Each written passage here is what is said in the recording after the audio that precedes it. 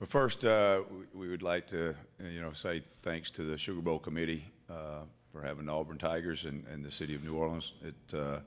It's always a treat in the education business to see guys experience something for the first time, and the looks on the faces of our guys when they realized they were coming to the Sugar Bowl, and the looks on their face when they got here. And even something that we take for granted when you bring 18 to 22-year-olds in the educational process and drive them over to practice, and they see the Superdome for the first time, and you're in the right business of teaching young men when you see guys experience and things like that. So we'd like to say thanks to the city and the committee for that. As far as the preparation, briefly on that, obviously we had pretty lengthy practice sessions back home, went very well. Practice has gone very good here.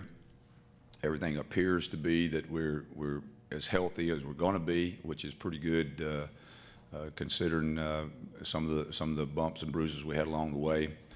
I think this will be a great challenge for us. Obviously, the opponent is a very talented football team and well-coached conference champion, so we've got a great challenge there.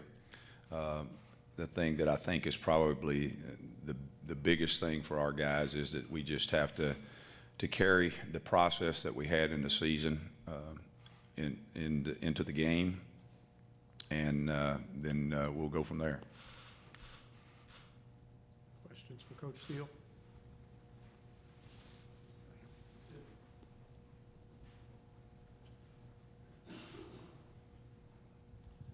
Mark Murphy from Inside the Auburn Tigers. Could you talk about Oklahoma's big playability and the type of concern that is for your defense?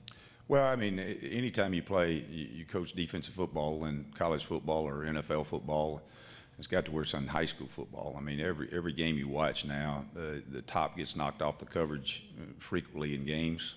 That's just the design of an offense now with the hurry-up, spread.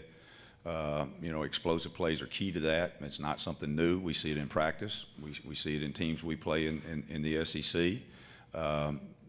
But obviously, when you turn the film on with Oklahoma, with the quarterback and the receivers that they have, they certainly do well at knocking the top off of coverages, and so it's going to be a big challenge. But again, it goes back to the style of play that we're used to and what we're trying to prevent and what they're trying to make happen. So it's not anything that we hadn't seen. We see it every game. It's just sometimes that the guys that you're trying to prevent from doing it have some special talents. And I think that's the case this week. Kevin, very trammeled with the Oklahoma. Before you became an SEC staple, you spent some time in our part of the country. What do you remember about Stillwater and Waco? Well, you've got Lincoln, Nebraska. The longest tenure was, at that point in time, it confused me now. I've been doing this long enough that I remember when Nebraska was in the Big 12 and the Big 8. In fact, I think the total is 10 years in what is some Big 12, Big 8 years. It was a great time, great football, and I've been to Norman. I've been there as 3 different schools, so I experienced Norman, Oklahoma, and the type program it is and what it's like to play there. And obviously, in terms of just the Big 12, probably the biggest difference for me is I remember Big 12 being a whole lot colder on Saturdays than the Southeastern Conference is, because you go to Ames, Iowa, and Lincoln, Nebraska, and Boulder, Colorado, and even Stillwater, Oklahoma. I coached in the Ice Bowl, I guess that's what they call it, in '84 or '85. Some of the people covering this room right now was not born then, but I was actually there. Philip Marshall, Auburn 247 Sports. Kevin, Carl Lawson, after going through a lot of adversity his first few years at Auburn, being hurt twice, gets through the year. How valuable has he been, not only in what he's done on the field, but just his maturity and leadership and those things? How valuable have they been for you this year? Well, it's been huge in terms of his leadership. I mean, Josh Hosley, Montravius Adams, Carl Lawson, those guys are really, Trey Matthews, really, really good leaders, and Carl being one of those guys. But Carl is not necessarily a vocal leader. He's a guy that just when you watch him on the practice field, he leads by example. And on Saturdays when he plays with a high motor. Of course, he's got an extreme skill set, and it allows you to do things as a caller when you can utilize somebody like that. You got to know who can do what, but you also need to know that who can keep things from happening. And Carl has the ability to help other people on the field because of what he can do. Kevin's Jay Tate from AuburnSports.com. Tell me what you're going to miss most about having Crime Dog here, just kind of what he brought this year. Well, Wesley McGriff, our secondary coach, is, for you that don't know it, I'm sure everybody in this room knows it, but we got some from the Big 12, has taken the defensive coordinator's job at Ole Miss. And, of course, first of all, as a friend, that's somebody that I've known for a long time, I'm excited for him and the opportunity. So there's a positive there. We're happy about that, but really going to miss him. I mean, he's the consummate professional. He's great with the players, but probably the biggest thing, he is as good as a teacher in the back end as you will ever see. And one of the reasons that we have so few of deep balls. I mean, there are very, very few deep ball big plays against us this year. I mean, as few as I can ever remember being around. And I attribute that to the fact of how good a teacher he is of keeping the top on the coverage. Hey, Kevin. Carl Prather, WFF-TV in Huntsville. Discuss and tell us a little bit about Rudy Ford, what type of player, obviously, that he's been during his career at Auburn, and what type of guy he is off the field as well. Well, I can't speak for his career. I can only speak for the year. But, Rudy is a classy young man, very smart young man. He's a guy that has a good spirit about him, but probably the biggest thing is Rudy is real fast, real fast, and he can because of the change of direction and speed burst that he has, it gives him the ability to do things that's hard and rare to do. Yeah, Kevin, talk about your New Orleans practices with the young guys, how those went, and Right. Did you get a lot done? Well, I wouldn't say we got a lot done because it was, it sounds like it was long practices. It was just periods of practices. But we practiced the young guys at the end and tried to get reps for guys that, Marlon Character, Nick Coe, and guys like that have redshirted and give them some competitive reps. So it's almost utilized like a mini second spring practice, if you will.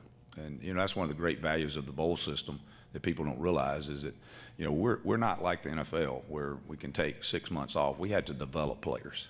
And in developing players, you have to have them on the practice field to do that. And so, spring practice is not what it used to be. It seemed like when I was playing, it lasted forever. And now it's very limited in terms of the contact, the number of days you have. So the developmental player, to develop a player is a little bit more difficult. And the bowl time, the teams that get to go to the bowl teams have a distinct advantage in that regard. Myron Patton, Fox 25 to you, Oklahoma City. Oklahoma obviously has a quarterback receiver combination, Heisman, finalists obviously are pretty good, but they've also got two running backs that are really good as well. Which do you want to take out first or control first? Well, you can't approach it like that. When you got that much talent across the board, you take one out, and then most swords have two sides, and they can both cut you. And so you got to be real careful of saying, well, we just take something out. They've got 11 guys, we've got 11 guys. We got to get lined up properly. We got to communicate properly. We got to have the right matchups on the right guys and be in the right gaps. We got to set the edges in the run game, tackle well with great pursuit, and keep the top on the coverage. Now, that was a pretty good dissertation. If we get all that done, we'll be okay. But they're talented, and they're going to work to try to make those things not happen. So, but you can't just say we're going to load up and they're not going to run the ball. Well, then they'll throw for 450. If you say, well, we're going to take away the throwing game and they're not going to beat us deep, we're going to have so many people deep they can't beat us deep, then the running backs will have 250 apiece. So you got to be able to do both, and that's just defensive football. I mean, it is what it is. And so, having said that, when you watch their games, they've had in the games they've played, the 12 games they played, they've only scored under 34 points twice. And in those games, there's a whole bunch of yardage, and that yardage is coming in the throwing game and in the running game. In every one of those games, it's not lopsided in one game and non-existent in another. It's there. It shows up. So we're going to have to be able to do both. But that's defensive football in the Power 5 conferences now. Chris Dabe with NOLA.com. Before you came to Auburn, you spent a year at LSU. I was curious what you thought about Ed Orgeron becoming the head coach after spending a year with him, and then also kind of what you took away from your experience at LSU. Well, LSU is a wonderful place to coach football. The players there are magnificent people. They work hard. Football, it means a great deal to them. They've got great fans. It's a great place to work. It really is. And so it was a great year there. In terms of Ed, Ed and I worked together that year. It was unfortunate, and I think Ed would tell you this, the circumstances in which it came about and how it came about, but it did. And he's a guy that's got a lot of energy. He's a great leader, and he's an LSU type guy. So I was very excited for him, and I think he'll do a great job. Again, on the flip side of that, like I said, Ed would tell you the same thing. It was sad in the way it happened because we both worked for less. And Coach Miles was a really, really good person, a good man, and won a lot of games there.